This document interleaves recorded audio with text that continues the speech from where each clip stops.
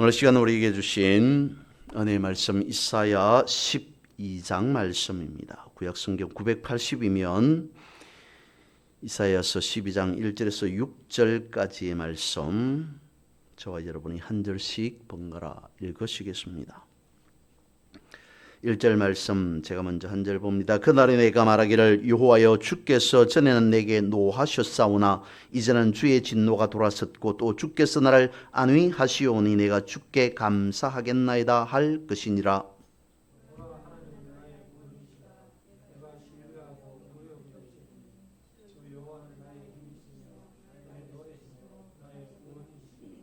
그러므로 너희가 기쁨으로 구원의 우물들에서 물을 기르리로다.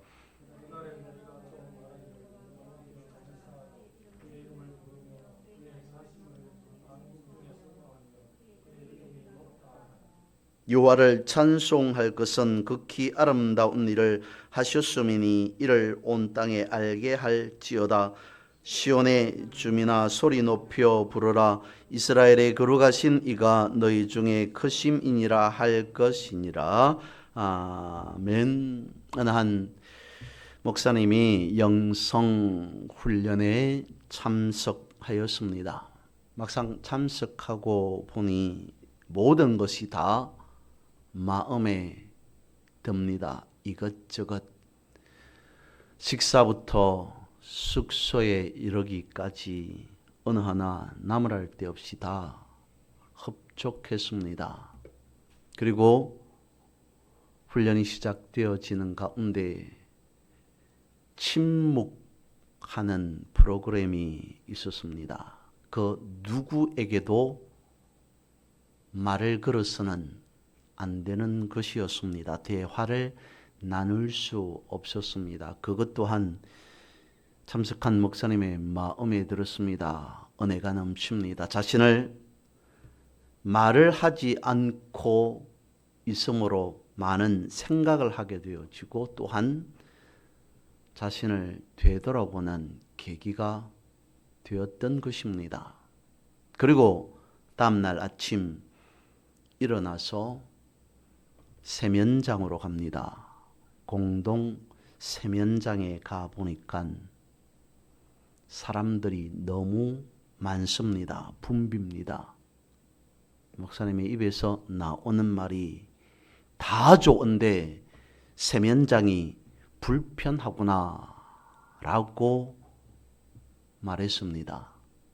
순간 깜짝 놀랐습니다. 그간 침묵하면서 훈련 프로그램을 통해서 은혜도 많이 받았고 자신을 돌아보는 가운데에 그 침묵의 프로그램에서 먼저 터져 나온 자신의 입에서 나온 말이 다름 아닌 불편하다라고 하는 불평의 말, 불만의 말이었기 때문이라는 것이죠. 그렇습니다. 사람이 무엇인가 말로 표현한다는 것은 표현하기 전에 말하기 전에 마음에 그것이 내재되어져 있기 때문이다라는 것이죠. 마음에 진실한 감사가 없이 입에서 감사의 말이 나올 수 없다는 것입니다. 오늘 본문에 있는 이사야 앞장에 보면 9장 10장에서는 이스라엘 백성들의 완악한 마음을 볼 수 있습니다. 그것 때문에 하나님께서 진노하시겠다라고 여러 차례 말씀하시고 또 말씀하십니다. 이스라엘이 위기에 놓였다는 겁니다. 위기라서 위기가 아니라 스스로 완악한 마음 때문에 교만하고 완악한 마음으로 인해 하나님의 진노 앞에 놓였다는 것이죠. 그러다가 이사야 11장 말씀에 오면 하나님의 구원의 역사에 대해서 말씀하고 있습니다. 그리고 오늘 본문에 있는 이사야 12장에서는 완악한 마음으로 하나님을 온전하게 섬기지 않고 살았던 이스라엘 백성들을 바라보면서 하나님께서 구원의 주시는 그 은혜에 감사하며 찬송하게 되어진다라고 하는 것이 본문의 내용이 되어집니다. 완악함으로 살았던 자들이었음에도 불구하고 하나님께서 자신들을 저들을 구원해 주셨습니다. 그것에 감동하여서 감사하는 마음으로 변화되었다라고 하는 것이 오늘 본문의 말씀이라는 것이죠. 그래서 이 시간은 구원에 대해서 한번 살펴봅니다. 큰 첫 번째로 구원을 감사하라 라고 하는 것을 말씀을 드리면서 다시 1절과 2절 말씀을 읽어봅니다. 그날에 내가 말하기를 여호와여 주께서 전에는 내게 노하셨사오나 이제는 주의 진노가 돌아섰고 또 주께서 나를 안위하시오니 내가 주께 감사하겠나이다 할 것이니라. 보라 하나님은 나의 구원이시라. 내가 신뢰하고 두려움이 없으리니 주 여호와는 나의 힘이시며 나의 노래시며 나의 구원이심이라. 1절에서는 구원하신 하나님께 감사하고 있고, 그리고 2절에서는 하나님의 구원 안에서 살아가는 그 감격에 대해서 이와 같이 고백하듯이 말씀하고 있습니다. 그래서 다시 작은 1번으로 돌아와서 우리는 삶에서 구원을 누리면서 살아야 한다는 것입니다. 3절 말씀을 다시 읽겠습니다. 그러므로 너희가 기쁨으로 구원의 우물들에서 물을 기르리로다. 구원하신 하나님께 감사하고 있고 구원 안에서 살아가는 그 감격, 하나님은 나의 힘이십니다. 나의 찬송입니다. 노래이십니다. 하나님은 나의 구원이신데 라고 하면서 3절에서는 그러므로 나를 구원하신 그 구원의 기쁨으로 마치 우물에서 물을 깃는 것과 같은 그러한 엄청난 감격으로 살아가겠습니다. 너희가 기쁨으로 구원의 우물들에서 물을 기를 것이다 라고 말씀하고 있습니다. 구원의 감격이 마치 말하지 않는 샘처럼 넘쳐날 것에 대해 노래하고 있습니다. 물이 귀한 이스라엘에서 물이 구원을 나타내는 표시로 그와 같이 말씀하고 있는 것이죠. 그렇습니다. 사람은 목이 마르면 물을 찾게 되어지고 배가 고프면 밥을 먹게 되어집니다. 구원도 마찬가지여야 한다는 것이죠. 목마르고 배고프다고 불평만 하고 있을 것이 아니라 물을 마시고 밥을 먹는 것처럼 구원도 그렇게 누려야 한다는 것입니다. 그러면 우리가 구원을 어떻게 누릴 수 있을까? 다시 작은 첫 번째로 가장 기본적이고 원리적인 말씀에 보면 말씀과 기도로 우리는 구원을 누리고 살아야 한다는 겁니다. 말씀 묵상과 기도는 계속 말씀을 드립니다. 하나님과 소통하는 교제의 시간이다 라고 말씀을 드립니다. 하나님은 우리가 말씀 보고 기도하는 것을 기뻐합니다. 하나님께서 내가 삶 속에서 말씀을 읽고 묵상하고 그리고 기도하는 것을 기뻐한다는 것은 반대로 역으로 생각해 보면 내가 삶 속에서 우리가 삶 속에서 말씀 묵상하고 기도하는 것을 사탄은 지극히 싫어한다는 것입니다. 다른 것보다는 다른 것 제쳐놓고 다른 것을 우선시하기보다는 내 삶에서 내가 먼저 말씀을 보고 먼저 기도하는 삶으로 살아간다는 것, 그것을 두고 사탄이 지극히 싫어하는 것이라면 다시 또 역으로 생각해 봐서 하나님께서 지극히 기뻐하시는 것이다. 지극히 그런 우리의 모습을 좋아하는 것이다 라고 생각해 봅니다. 그러면 하나님께서 기뻐하는 걸 우리가 행함으로 우리는 말씀과 기도를 통해서 구원을 누릴 수 있다는 것입니다. 그리고 두 번째, 성령으로 구원의 감격을 누리게 되어진다는 것입니다. 다시 한 번 더 3절 말씀을 봅니다. 그러므로 너희가 기쁨으로 구원의 우물들에서 물을 기를 것이다 라고 말씀을 하고 있습니다. 구원을 말씀하고 있는 것 같은데 그러면서 기쁨이라고 하는 단어를 쓰고 또한 물이라고 하는 단어를 씁니다. 구원에 있어서 기쁨이라고 하는 것으로 한번 생각해 보면 로마서 14장 17절을 말씀하고 있습니다. 하나님의 나라는 먹는 것과 마시는 것이 아니요 성령 안에 있는 의와 평강과 희락, 기쁨이다 라고 말씀하고 있습니다. 하나님의 나라는 성령 안에서 살아가는 것인데 그 성령 안에 있는 의와 평강과 희락이, 기쁨이 하나님 나라 안의 삶을 살아가는 삶의 방식이요 모습이다라고 말씀을 하고 있습니다. 그러니까 구원의 감격으로 살아가는 그 성령 충만한 삶 속에는 무엇이 있다는 겁니까? 무엇이 있을 수밖에 없다는 것입니까? 기쁨이 충만한 삶이다라는 것이죠. 이어서 세 번째로 하나님께 맡김으로 우리는 구원을 누리게 되어진다는 것입니다. 우리가 믿음으로 하나님께서 어떤 분임을 알았습니다. 그러면 그 다음 우리는 하나님께 맡기는 삶을 살아가야 한다는 것입니다. 하나님께 맡겨야 한다는 것입니다. 다시 또 이어서 말씀을 드립니다. 맡긴다는 것은 또 넘긴다는 것 아닙니다. 믿고 의지한다는 겁니다. 맡긴다는 것은 신뢰, 그것 덧붙여서 말씀을 드리면 전적인 신뢰, 절대적인 신뢰, 그것을 맡김이라고 말할 수 있습니다. 누가복음 4장 18절 말씀에 보면 예수님께서 이사야의 말씀을 예를 들어서 말씀하시면서 가난한 자에게 복음을 이라고 말씀을 하면서 눌린 자를 자유롭게 라고 하는 말씀을 하십니다.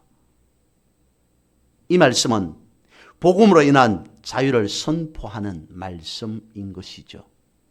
이사야 당시에도 그랬던 것 같고 2000년 전 예수님 당시에도 그랬던 것 같습니다. 인생의 무게에 눌려서 살아가는 사람들이 많았던 것 같습니다. 그러면 지금은 어떨까요? 지금도 많은 사람들이 무거운 짐을 지고 살아가지 않을까 싶습니다. 그래서 그것을 잘 아는 주님께서 또 말씀을 하시죠. 마태복음 11장 28절에서 우리가 잘 아는 수고하고 무거운 짐진 자들아 다 내게로 오라 내가 너희를 쉬게 할 것이다 라고 말씀하셨습니다. 인생의 무거운 짐을 지고 가는 사람들의 특징은 하나의 예를 들어보면 염려함이지 않을까 싶습니다. 염려는 마음을 무겁게 합니다. 마음에 눌림이 있으니까 무거운 짐진 듯한 삶이 되어지니까 행복하지 않다고 생각합니다. 늘 불안하고 초조할 수밖에 없습니다. 마치 어깨에 10kg 정도 되어지는 짐을 올려놓고 살아가는 것과 같습니다.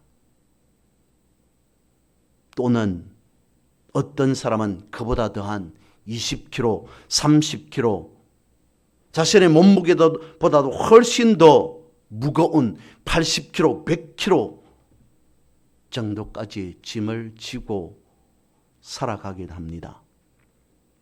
그런 인생이 눌리고 지쳐 있으니 무기력할 수밖에 없습니다. 활력, 생기가 있을 수 없습니다.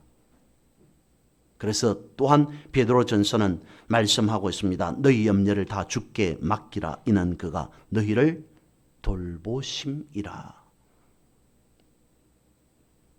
한 이런 예화가 있습니다. 6.25 직후에 한 군인이 군용 트럭을 운전해서 갑니다. 한참 앞에 할머니 한 분이 머리에 보자기를 이고 걸어가는 모습이 보입니다. 그냥 지나칠까 싶다가 애처로워서 또 할머니가 지고 가는 그 보따리짐이 무거운 것 같이 보여서 트럭에 태웁니다. 한참 가다가 백미를 봅니다. 백미는 잘 옳은 표현은 아니죠. 아무튼 백미를 보니까 할머니가 트럭 칸에 앉아서 머리에 보따리를 그대로 이고 가는 모습이 보입니다. 말합니다. 할머니 머리에 보따리는 내려 놓으시면 됩니다 라고 하자 할머니가 말하기를 내가 타고 가는 것도 죄송스러운데 이 짐까지 내려놓기란 더 부담스러워서 그렇습니다 라고 하더랍니다. 이것이 어쩌면 나의 모습 혹은 우리의 모습이지 않을까 싶습니다. 어릴 때 우리는 주일학교로부터 들어온 말 중에 하나가 우리는 예수 믿고 천국 열차, 구원의 열차를 탔다라는 표현을 씁니다. 트럭이 아닌 우리는 구원의 천국의 열차를 탄 사람입니다. 천국 열차를 탔으면, 구원의 열차를 탔으면 우리가 그 전에 가지고 있던 짐이 10kg 아니 100kg 그보다 더한 짐이든지 그 짐이 무슨 짐이든지 내려놓아야 합니다. 주님께 맡겨야 합니다.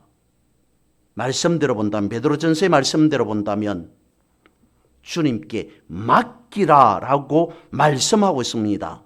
너희를 돌보심이라 도와주신다는 겁니다.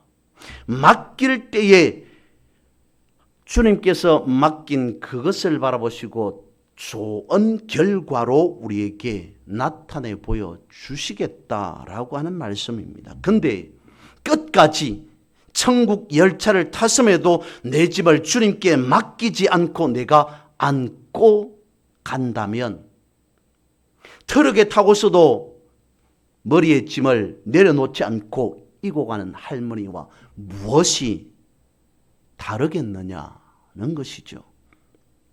그래서 이 구원의 의미를 구원이라고 하는 단어로 한번 생각해 봅니다. 구원이라고 하는 히브리어에서는 우리말로는 구약성경에서 여러 가지 많은 구원을 구원이라고 하는 한 단어로 쓰고 있습니다만 히브리어는 다양하게 쓰고 있습니다. 하야라고 하는 것과 야샤라고 하는 말과 혹은 또 나찰이라고 하는 다양한 구원에 대한 말을 쓰고 있습니다. 그 가운데 하야라고 하는 구원이라고 하는 그 의미를 보면 생명을 유지하다, 생명을 이어가다라고 하는 말과 동시에 되살아나게 하다라고 하는 말이 있습니다. 그것이 구원의 의미입니다. 근데 오늘 우리가 읽은 본문에 나타난 구원이라고 하는 단어의 히브리어 원어는 야사라고 하는 원어에서 나온 예슈아라고 되어 있습니다. 이 예슈아, 구원이라고 하는 히브리어가 신약에서는 예수님, 예수가 되었다는 것입니다. 예수의 이름의 뜻이 무엇입니까? 예슈아라고 하는 이름의 뜻이 다름 아닌 하나님은 구원이시다라고 하는 그 의미라는 것이죠. 그렇다면 구원이라고 하는 것은 예수 그리스도로 인해 되살아나는 것, 구원이라고 하는 것은 예수 그리스도로 인해 거듭나는 것이 구원이다. 성경은 그렇게 말씀하고 있습니다. 그러면 거듭난다는 것은 무엇이겠습니까? 히브리어 알파벳은 알렙, 베트, 기멜이로 시작하면서 거기에 네 번째 해당하는 말이 달렛이라고 하는 말입니다. 우리나라의 자음으로 보면 첫 글자 기역과 아주 흡사하는 말이 달렛입니다. 그리고 히브리어 자음에는 그 글자를 상징하는 모양이 있습니다. 달렛이라고 하는 히브리어 네 번째 글자의 모양은 문을 의미한다라고 이야기를 합니다. 생긴 것은 문처럼 보이지 않지만 히브리어 보면 유대인들은 문이라고 하는 것으로 달렛이라고 하는 말을 받아들입니다. 예수님께서 말씀하십니다. 나는 문이다 라고 친히 말씀하셨습니다. 문이라고 하는 것은 사람이나 동물이 드나드는 것, 출입하는 것이 문이지 않습니까? 그런데 그 문이라고 하는 것은 단순히 출입하는 장소가 아닌 예수님께서 나는 문이다 라고 말씀하신 그 진의는 변화를 의미하게 되어지는 것이죠.